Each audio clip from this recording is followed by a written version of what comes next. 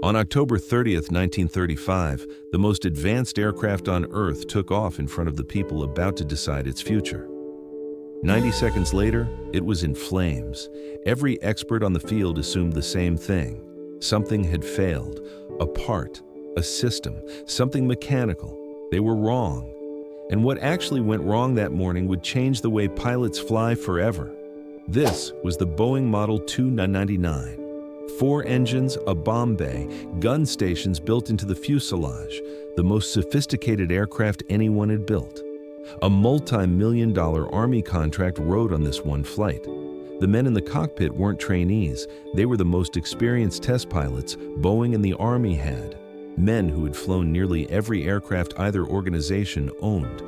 If instinct and experience were ever going to be enough, it was going to be with them. And that's exactly where the problem began.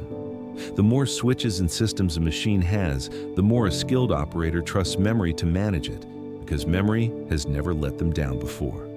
This aircraft had more controls in the cockpit than anything these men had flown. Nobody had written anything down. There was no list to check. Just 2 of the most capable pilots alive and what they remembered. The aircraft rolled forward, picked up speed, and lifted off clean. It climbed, steeper than normal. For a few seconds, nobody reacted. Then, near 300 feet, the nose kept rising until the wing had nothing left to hold on to. It stalled, rolled onto its side, and came down in front of everyone who had come to watch it win the contract. The investigation found no mechanical failure, no design flaw. The engines were fine, the airframe was fine. One thing had been left exactly where it was, a new locking mechanism on the elevator controls, built to protect them on the ground, and never released before takeoff. Leslie Tower, the man who had flown this exact aircraft for months, caught the mistake seconds after liftoff. He reached for the release. He couldn't get to it in time. 2 of the 5 men on board didn't survive their injuries, including Tower and the Army's lead pilot, Major Ployer Hill. The verdict came fast. The aircraft was too complicated for a human being to fly.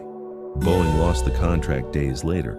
It looked like the end of the Model 299. But a small group inside Boeing refused to accept that verdict. They asked a different question, not whether the airplane was too complex to fly, but whether it was too complex to trust to memory. Even the memory of the best pilots alive. So they didn't redesign the plane, and they didn't add more training. They wrote a list: before taxi, before takeoff, before landing. Steps in order, read out loud, every time, no matter how many hours the person reading it had logged. With that list in the cockpit, the next 12 aircraft flew 1.8 million miles without a single accident. The Army placed the order this time. That aircraft became the backbone of the air war over Europe, and the checklist that saved it never left aviation again.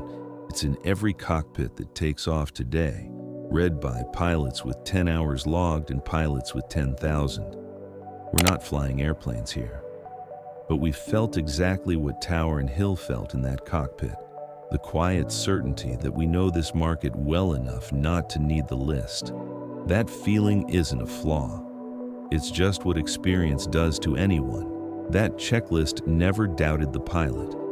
It just didn't let the pilot decide in the moment whether today was one of the times it mattered. We run the same rule. One decision, once a month, whether it feels certain or not.